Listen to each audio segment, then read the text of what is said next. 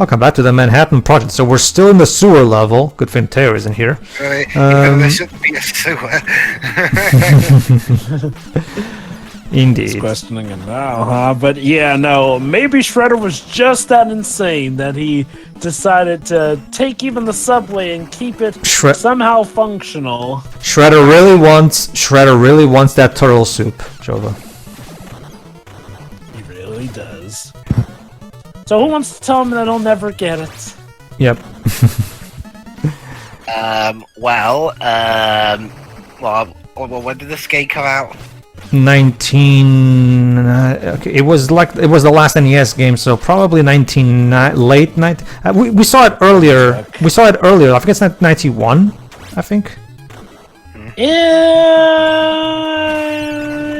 1992 in North America, 1991 in Japan. Yeah, there you go. So 91. Remember, this was around the time that, because remember, the NES came out in 1992. So sorry, the Super Nintendo, came out in 1992. So by 1991, they still couldn't make it for that console. So they decided to just. Although I thought the Super Nintendo. Okay, I think it came out in Europe in 1992, but I think it came out in US and Japan a bit earlier than that. Ah, okay. Well, one thing to keep in mind is that plenty of companies were still making games for the NES even after the SNES was a thing. As some Call Me Johnny found out the hard way during his Mega Man marathon. Yeah.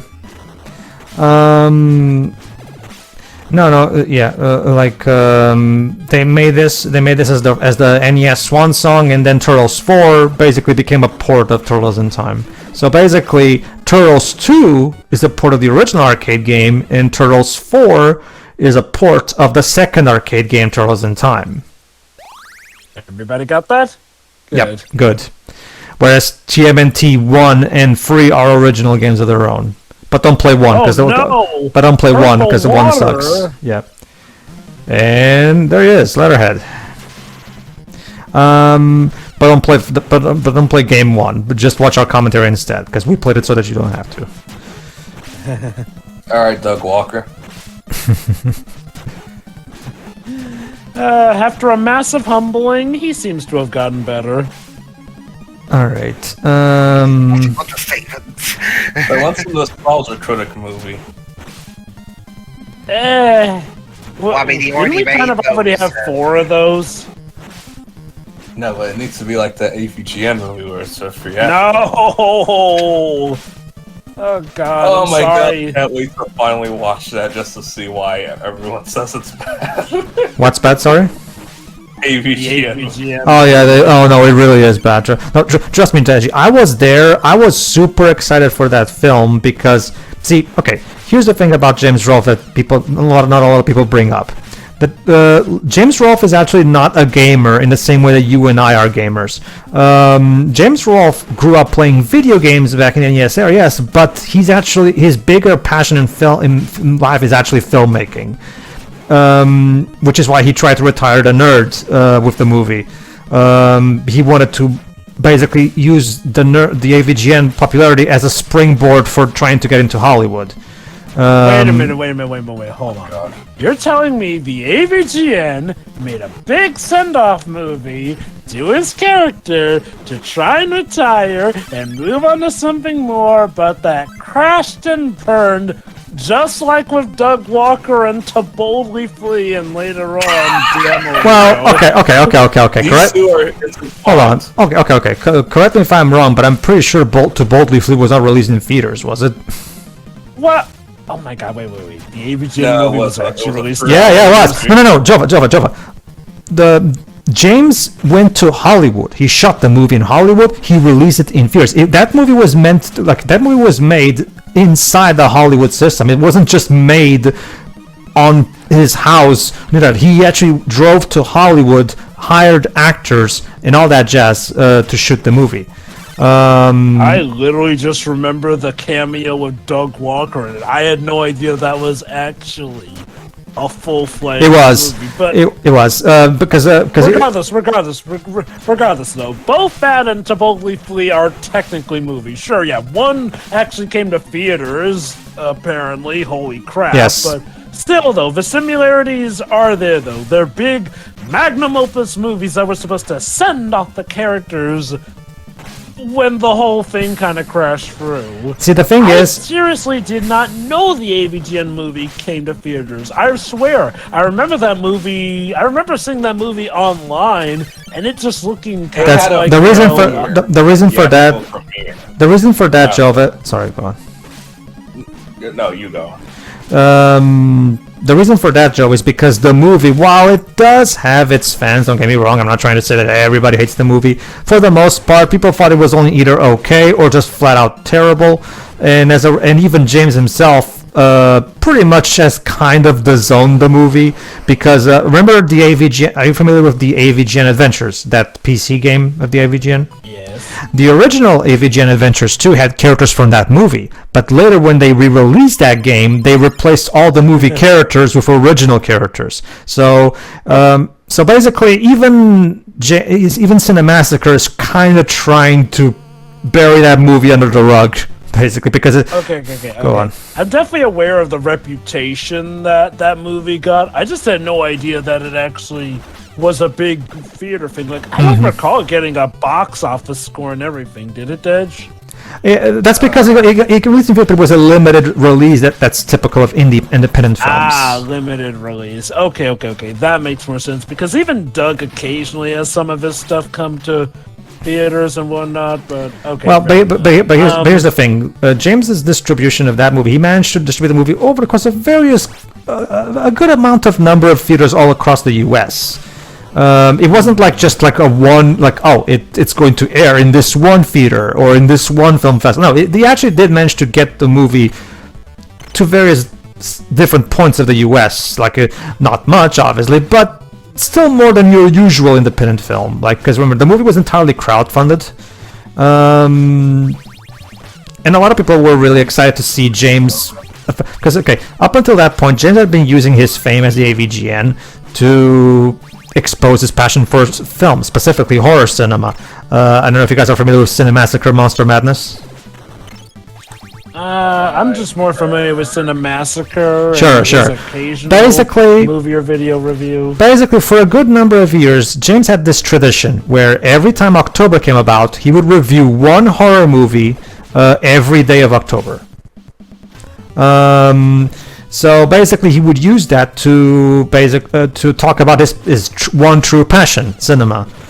So, and then later, of course, when he did make the AVGN movie, he even talked about, this movie is also, I hope this movie, when it comes out, it serves as a springboard for independent filmmakers to put their visions out there and fulfill their dreams. That's the bigger goal here, and everything. So James had really big ambitions for the movie at the time, and let's just say, let's just say, probably when it crashed and burned, he probably lost a lot of his confidence and passion, which is why the AVGN series really started to go downhill.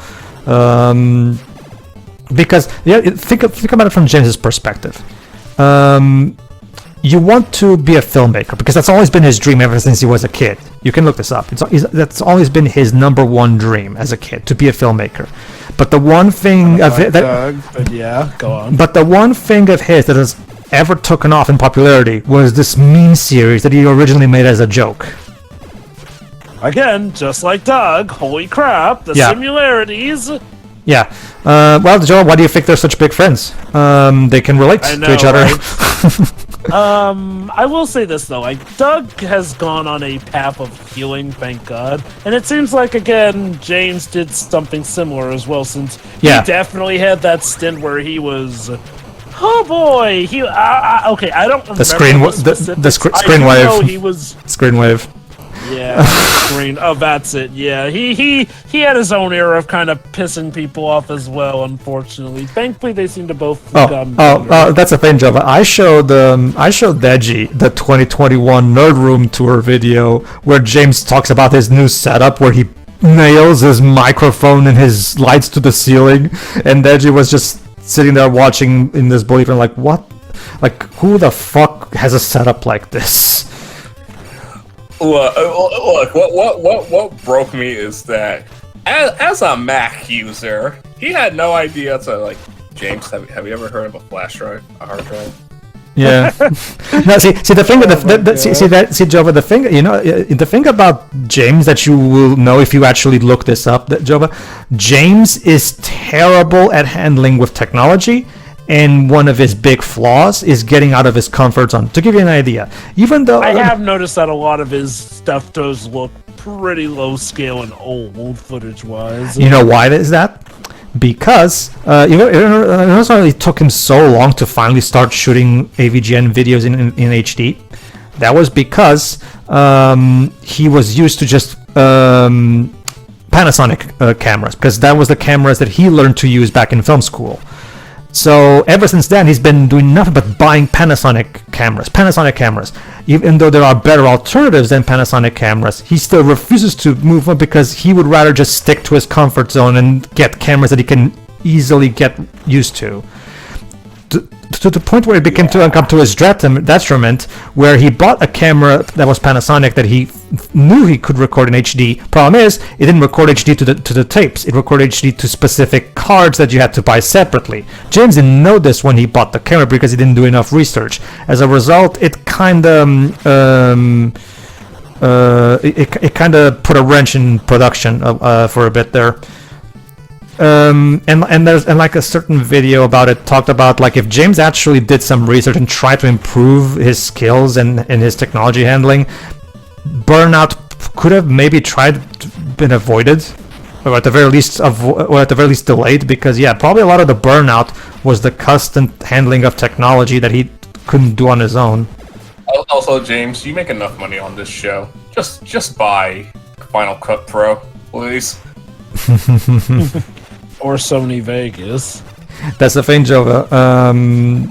The thing you have to understand about James Rolfe is when he gets used to a specific setup, specific hardware or specific software, he will reuse that hardware and software to the rest of his life as long as he can. When he gets into a comfort zone, he will stay there and refuses to get out of it. No, I get it, but like when COVID hit, I knew I had to, like, okay, I can't rely on iMovie anymore, or I have to use Final Cut Pro. Yeah, same thing with James. Like, because of the pandemic, James couldn't no longer rely on Screenwave to do all the setup and tech stuff for him. So he had to do stuff on his own, which is why he made a specific video where he actually made it on his own.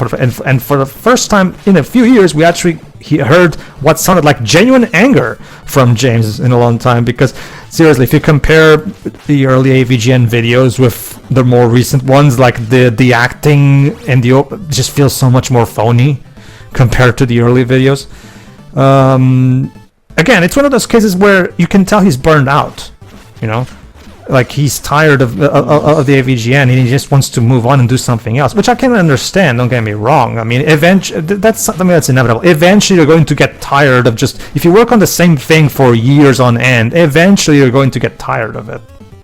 He has run into a Dragon Plus, who is just perfectly happy. He has run into a bit of an issue that some online creators may run into. The fact that you are doing what you loved, yes, but if you eventually get tired of that, keep in mind, that is what is paying the bills. Yep. I mean, look, as much as I do want us to get to the point where we could be paying the bills with this stuff, I do not necessarily envy the lives of everyone who relies on stuff like the goddamn algorithm, praying to God that YouTube doesn't demonetize their stuff off of just the most random of things. Oh, no. That's assuming... Oh, no. And mind you, that's assuming that they still enjoy doing this or that. Like, if you hit burnout with this, but it is what is paying your bills, yeah, you may run into a bit of an issue here and there. Yeah, the reason James keep making videos, it's become abundantly obvious. Like, obviously he cannot publicly admit it because he has to keep up the thing. But over the years, it's become obvious and more obvious that hey Razor, that James was burned out. Which is why what did he do? He got help.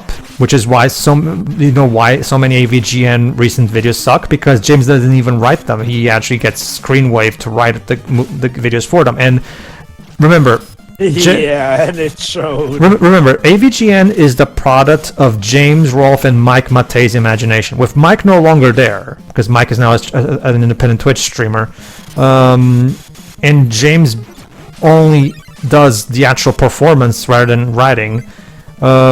It just doesn't. It's just not AVGN anymore. Like, it doesn't have that intimate, personal feel of that it used to have. It feels like, well, corporate. It feels corporate now. Go on.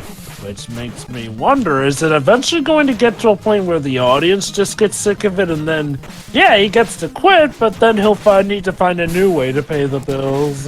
At this point, it's one of those things where you can... that's the thing, Joe, but like, as he himself says, he doesn't have any time for anything because he can only do this because he needs to support his family and everything. Yeah. If you know what? I can respect that.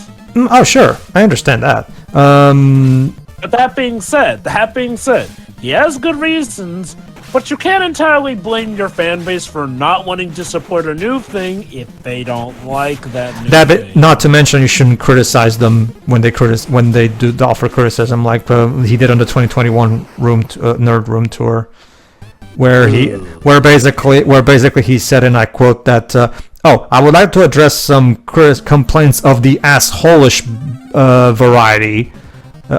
Hey, Shredder. And he also said, were they saying horrible shit to him or something? No. But basically, James didn't like it when people criticized the people of Screenwave because they're unfunny and shit like that. And his is like, you guys are being unreasonable. Like, okay, what was the exact word he used? Let me see if I can remember. Unhelpful, something along those lines. Yeah, like these people don't understand. These people, like, basically, he completely dismissed the criticism as people being kind of, unreasonable, basically. Which is, again, complaining that the Screenwave guys are not funny. That's not an unreasonable criticism, James. Sorry, like, if they said that. I don't know, the Screenwave guys were like, I don't know, if they just used like childish insults or something like that, then he'd have a point. Oh, no, sure. The point seems to be that they weren't really doing that, and like, okay, I can get James being defensive of them. That being said, given that the episodes really weren't that funny, okay, look, if James actually believed that the episodes were funny, that would be fine. Now, the issue is that he got defensive over the fact that people critiqued them, but his defense wasn't that he thought they were funny. It's just, well, why don't you try doing better or something along the lines. Not to mention, like, you don't even need to go for that. When you take a look at the recent, look at the Aladdin Deck Enhancer video that he made, where there's a point where James chases the genie to beat the crap out of him. And what do? Do we get a good old-fashioned fight like he used to have with Bugs Bunny back in the day? No, they go behind the curtain and they fight off-screen. Come on, that's just lazy. Are you telling me that you can't have a proper cartoony fight like you used to back in the day with Mike Matei? There are so many... when was it made, that video? Aladdin Deck Enhancer, like 2018, 19? I forgot the exact year. But I mean, Michael's still there, and the pandemic hadn't happened yet. Well, all the more reason then, because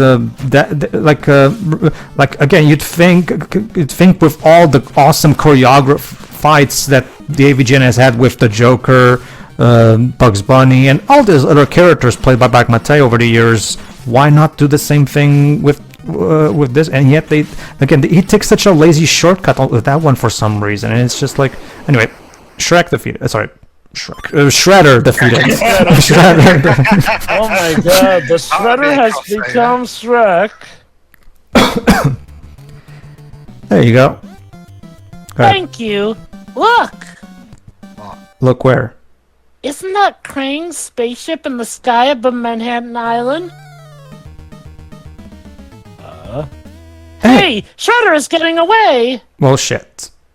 I guess we'll have to... That's right, it's not over yet! Nope. But you know... Scene 7. Hey, Turtles, take to the sky. We can't let Shredder... Yeah, you can tell these level names are direct translations of the Japanese words because they're so little. They sound like anime Japanese titles.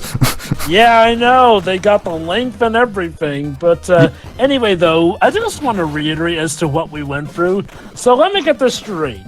Despite taking the entire island up into the sky, Shredder still insists on hiding the goddamn Technodrome underground. Like, no wonder they're able to find it. You hide it in the same place every time.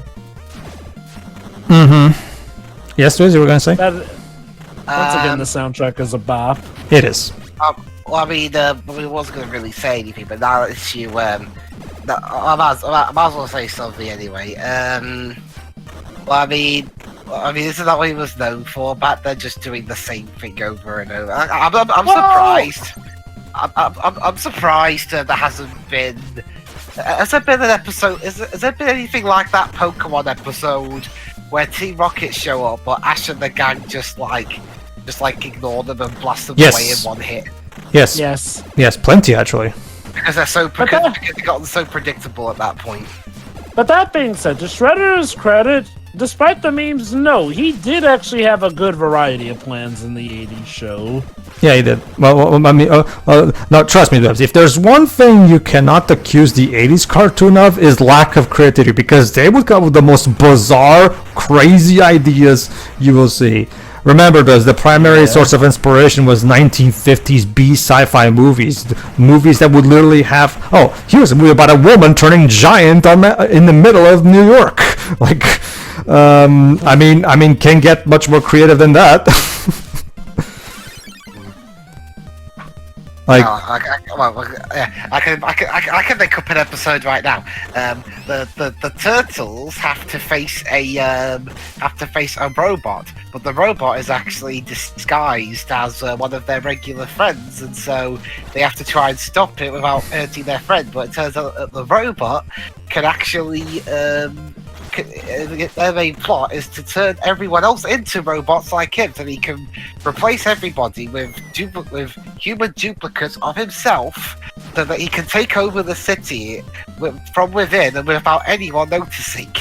I think you pretty much described an episode to a T, if I recall correctly. Yeah. Here, just to give you an idea. I just found IGN's top 10 80s Turtles episode names. Check this out. Number 10, The Case of the Killer Pizzas. See? Obviously, I think it's pretty obvious what movie they're homaging with this one. Number 9, Get Shredder, which, being an imagination, he decides that he and Krang have lost the Technodrome, that they should head to the abandoned site of the 1964 World's Fair and thief all the 30-year-old technology from the abandoned Hall of Science. Well, why not, right? Wasn't that the first name of a Red Sky episode? Yes. There's also Casey Jones' Outlaw Hero, which basically Casey Jones in the 80s cartoon, he's a bit of a nut job, a bit of insane. He still has the same basic idea of wanting to fight crime on his own merits because he doesn't believe in the justice system. But unlike more modern iterations of Casey Jones, he's pretty much like very insane, to the point of the Turtles have to direct his energy into better means because he's just nuts. He's literally a cannonball, literally. Also, Corporate Raiders from Dimension X. Basically, it's when we're so it's Casey. Obviously, when you think of Casey Jones, it's obviously for basically Casey Jones, corporate espionage. Oh yeah, that's the episode where he wears a business suit, but yes, he still has the mask on. Yes, like I said, Whips, you cannot accuse this show of lack of creativity. I assure you. It's really funny that Casey only appeared in 5 episodes of that show. Yeah. Whereas he's more of a thing in the 03 show. Yeah. Mm-hmm. Yeah, he's introduced in the 4th episode of the 03 show. Yeah. Plus, I'm guessing. I'm guessing sidekick of main characters being reporters was Old Hat by 2003, so they made April a scientist. Well, she was a scientist in the original comic. I haven't read much of any of the original comics, so basically what you guys are saying is that odds are something I've seen in the 03 show was taken from the comics, pretty much just adjusted to Yeah. Yes. not just be a straight adaptation. Well, here's an example, by the way. We were talking about how I enjoy the Red Skies. And here, the final episode ever of the 80s cartoon for the 9th season is actually one of my favorites. It's called Divide and Conquer, where the Turtles manage to defeat Lord Drag, which is basically one of the bigger villains in the show. But and at the end, Splinter announces that with the feat of Shredder and Drag, the Turtles are now full-fledged ninjas. He is no longer their teacher, but an equal, and that he's proud of the warriors they've become. Blah blah blah. And they have a big hug moment. But again, it's a really good way to end the series. Like they don't turn Splinter into a human, but they also kind of do this thing where Splinter at this point is just perfectly happy being as he is because he's gotten used to it. So at this point, him becoming a human would be more of a formality than anything.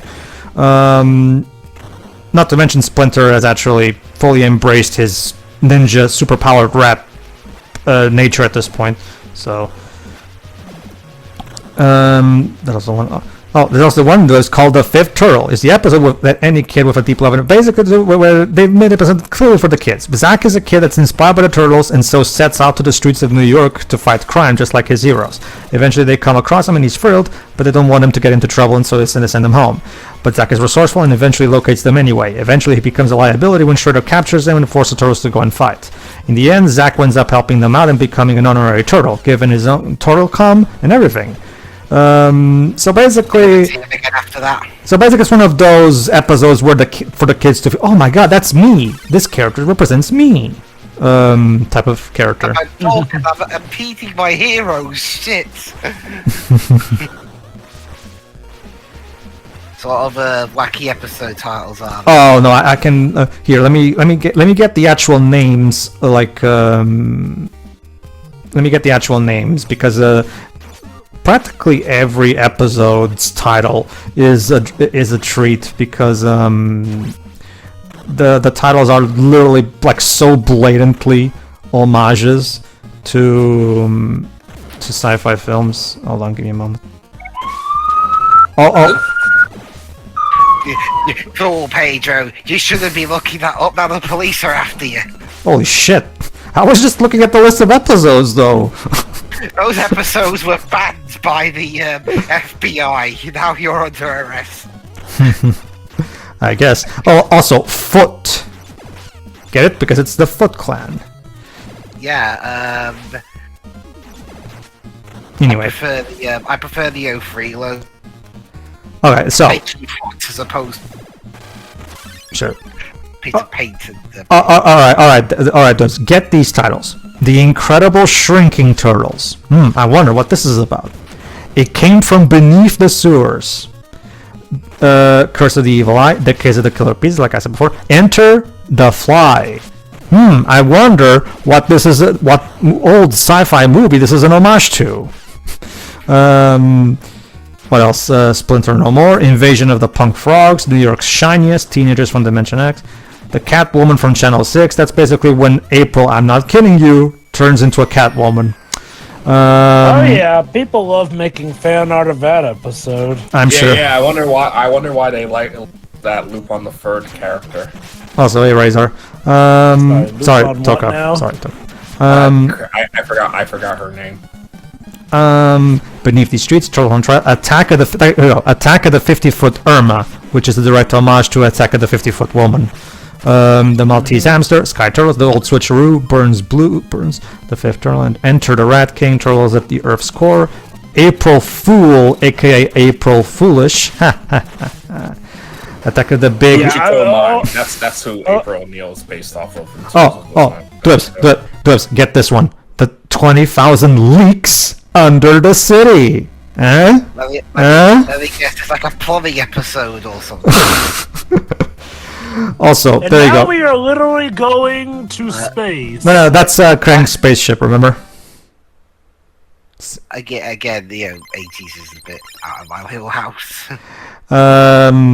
Take Me to Your Leader, for Musketeers, Cowabunga Shredhead, Invasion of the Turtle Snatchers, which is a direct homage to Invasion of the Booby Snatchers, Return of the Fly, once again, obvious. There's also Super Bebop and Mighty Rocksteady, where Bebop and Rocksteady become more powerful. Beware of the Lotus, Leatherhead, Terror of the Swamp, Michelangelo's Birthday, Uzagi Yojimbo, which is a direct homage to samurai movies. The Turtle Terminator, obvious. The Missing Map, The King's All Here, Sweaterville, Bye Bye Fly. Yeah, obviously these Fly episodes are all Baxter Stockman. Raphael Knocks Them Dead, Plan 6 from Outer Space. It doesn't get much more blatant than this. Shredder's Mom. Yes, it's exactly what you're thinking right now. Yeah. Has got it. Unless she's got something out of the way. Planet of the Turtles. There you go, there's Planet of the Turtles. Eh? Let me guess. That's like it turns out the Teenage Mutant Ninja Turtles weren't the only ones. Yep. Were Rats from Channel 6, The Big Zip Attack, Michelangelo meets Bugman, Poor Little Rich Turtle. Yeah, Poor Little Rich Turtle. This is one of my favorites. What's Michelangelo Good For? It was that episode that's focused on Mikey. The Dimension X story, Raphael Drives Him Wild, Leonardo versus Tempestra. I have to show you this one at some point. Leonardo versus Tempest. This is a good Leo episode. Once Upon a Time Machine. There you go. Basically, it diverts to a time travel. Yes, basically, there's the whole time travel from the 2003 show. Yeah, the 80s show kind of did it first as well. So, Anyway. Just one more before we go. Planet of the Turtleoids. There you go. See, so as you can see, everybody, that's the basic gist of the 80s cartoon. A gigantic love letter to 1950s sci-fi movies. All right, see you for the finale, everybody. So yeah. See ya.